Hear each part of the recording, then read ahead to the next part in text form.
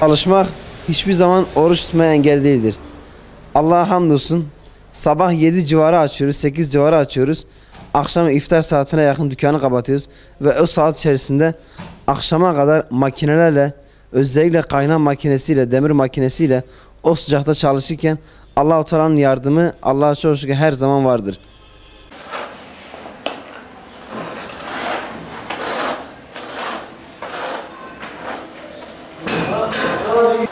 İyidir, hamdolsun. Allah razı olsun. İnşaatta çalışıyorsunuz, zor olmuyor mu? Zor oluyor ama tutuyoruz, ne yapalım? Kolay iş var mı?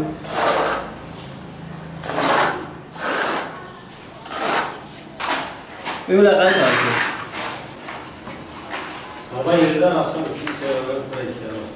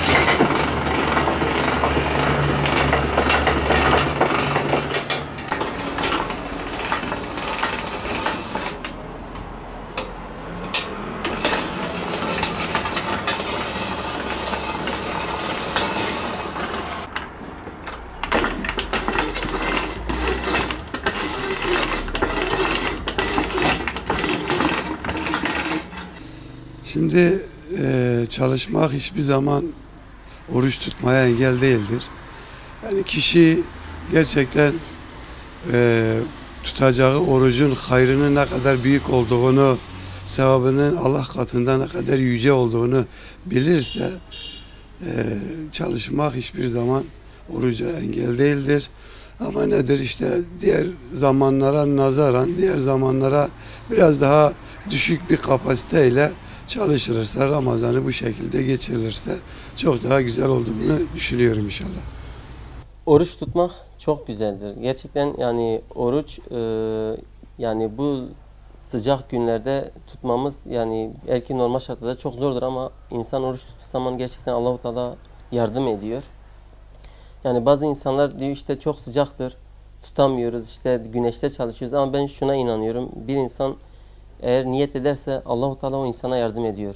Ve kesinlikle yani oruç tutmak çalışmaya engel değildir. Tam belki insan zorlanıyordur muhakkak ama onun da mükafatını Allah'tan beklemesi gerektiğine inanıyorum.